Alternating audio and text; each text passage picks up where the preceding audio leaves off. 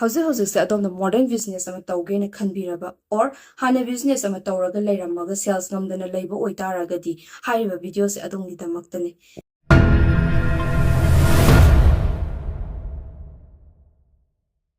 Ladies and gentlemen, my name is Ranjini. I'm a strategic growth architect and I'm the founder of ranjini.com.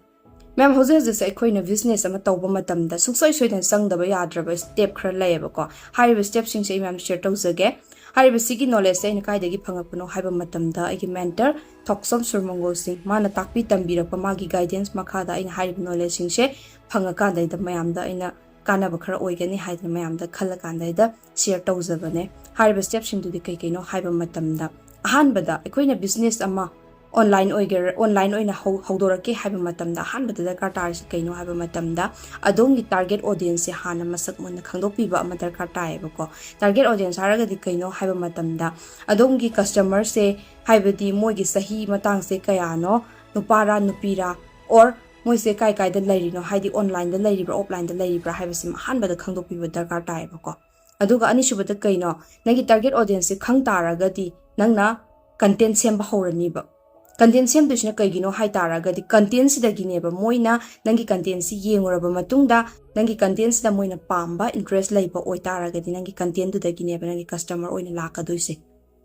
aduduga content sem ba matungda ahum subada kaino haiba matamda nangi community ama sem da ba yaraba ko community ama sem ga thamnoineba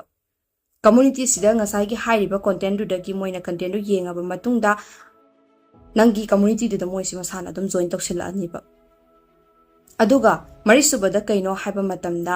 nangi community da moise lae ko adu community sida laire adu matungda kaidauke haiba matamda marisubada nangna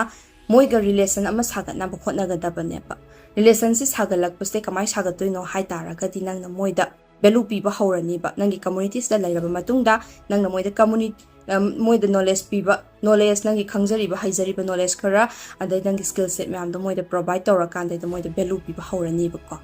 aduga karigumba nangi product natraga services to gi matang da moina haibdi interest lairaba nang moina pamba oi daraba nangonda kaidauge haiba matam da moise nangi knowledge to dagi makhoi da thajaba ama karigumba trust ama laki daraba ko adu taraga di kaidauge haiba matam da moidu nangi ideal customer nangi lead ol ani ba moise adu taraga di kaidore nangi pot natraga product natraga services to moida karigumba once karigumba moida trust lagi taraga di moida yonba matam da adu ki matik line adom yon ba yarani ba maya